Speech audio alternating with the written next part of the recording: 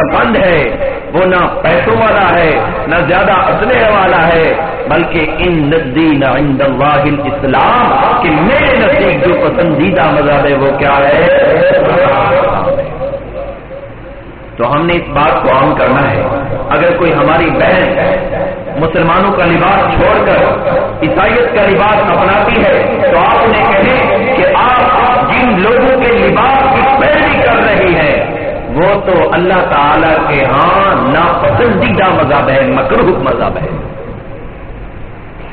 اگر اللہ کو راضی کرنا ہے تو ان الدین عند اللہ الاسلام، کہ اللہ کے ہاں پسندیدہ مذہب کون سا ہے؟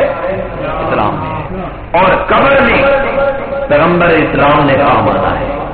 کوئی یہودی کام نہیں آئے گا، کوئی عیسائی کام نہیں آئے گا، کوئی ہندو کام نہیں آئے گا، بلکہ اس وقت بھی جب قبر میں سوال پوچھا جائے گا کہ من ربو کا، تیرا رب کون ہے، ماں دینوں کا، تیرا دین کیا ہے، پھر نبی پاک صلی اللہ علیہ وآلہ وسلم بذات خود مسلمان کی امتی کی قبر میں حاضر ہوں گے اور آ کر جب پوچھیں گے فرشتے ماذا تقول فی حق هذا الرجل، کہ تم اس شخص کے بارے میں کیا کہتے ہیں.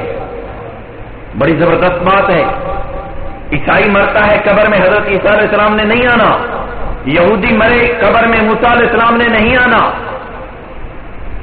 لیکن مر ربو کا سوال پوچھا گیا، تیرا رب کون ہے، اللہ تعالیٰ قبر میں سامنے نہیں ہوا.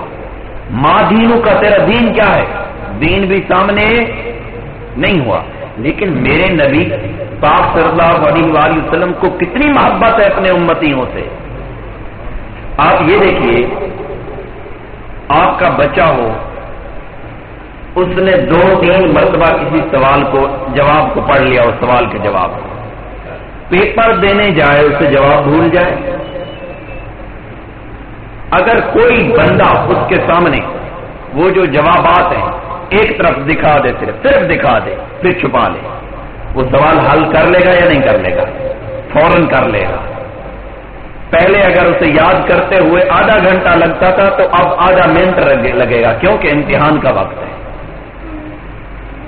ایک ممتحن نے، امتحان لینے والے نے یہ اجازت دے دی کہ فلاں سوال کی باری یا فلاں سبجیکٹ کے امتحان کے وقت ہم آپ کو سوال دکھا دیں گے. سوال دکھایا، اس نے 1 مرتبہ پڑھ لیا. اب وہ بچہ اس ٹاپک میں، اس سبجیکٹ میں فیل ہوگا. کیوں؟ کہ اس نے دیکھ لیا ہے. لیکن اگر ایسا بچہ ہے کہ اس نے اردو پڑھی ہوئی ہے، انگلش کو جانتا ہی نہیں، آپ کتاب آگے بھی رکھ دیں وہ لکھ نہیں سکے گا. مر ربو کا پوچھا گیا، اللہ تعالیٰ سامنے نہیں آیا. ماں دینوں کا پوچھا گیا، کچھ نہیں. لیکن جب نبی پاک صلی اللہ علیہ وآلہ وسلم کے بارے میں پوچھا گیا، نبی پاک صلی اللہ علیہ وسلم خود قبر میں تشریف فرما ہوئے کہ اگر کبھی بھی میرا نام لیا تھا، مجھ سے محبت کی تھی تو نقل مار کے جواب دے دے.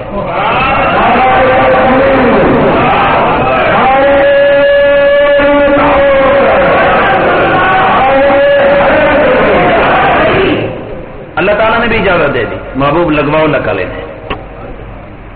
لیکن اردو پڑھنے والا ہو یا پنجابی لکھنے پڑھنے والا ہو، انگلش کا سوال رکھو، چاہے کتاب بھی آگے رکھ دو، جب اسے لکھنی نہیں آئے گی ABC، وہ لکھے گا کیا؟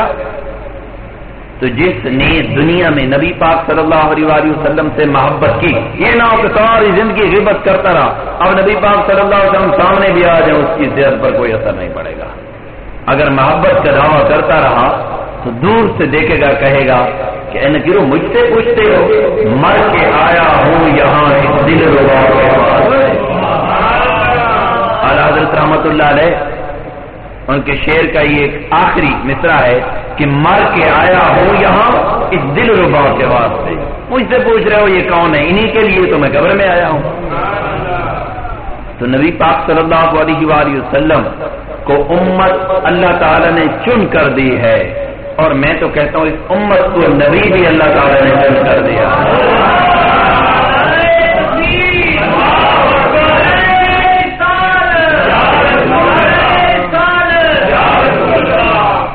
امتحانی سینٹر کا نگران ایسا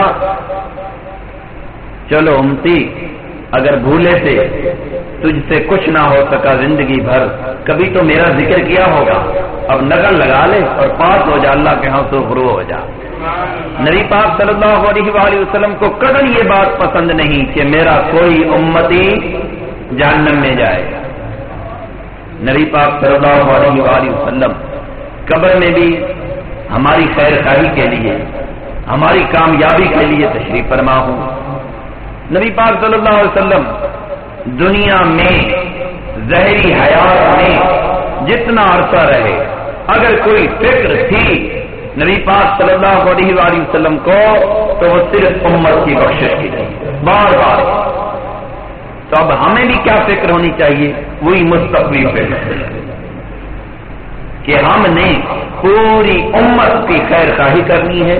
جس طرح ہمارے پیارے آقا علیہ الصلوۃ والسلام کو یہ بات پسند نہیں کہ میرا کوئی امتی جہنم میں جائے، ہمیں بھی یہ بات پسند نہ ہو کہ ہمارا کوئی مسلمان بھائی جہنم میں جائے۔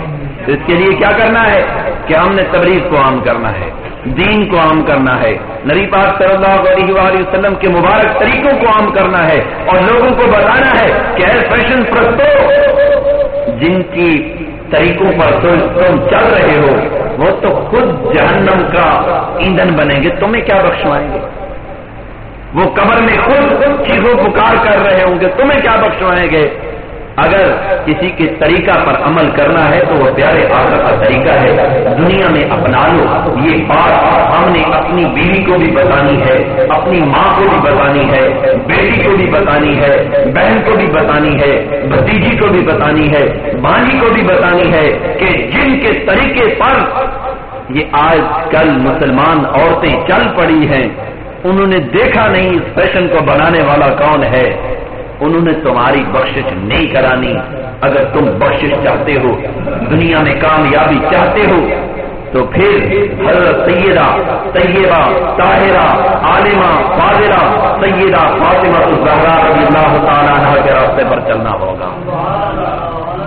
اللہ تعالیٰ سے دعا ہے کہ اللہ تعالیٰ ہمیں دین اسلام کو سمجھنے کی توفیق عطا فرمائے۔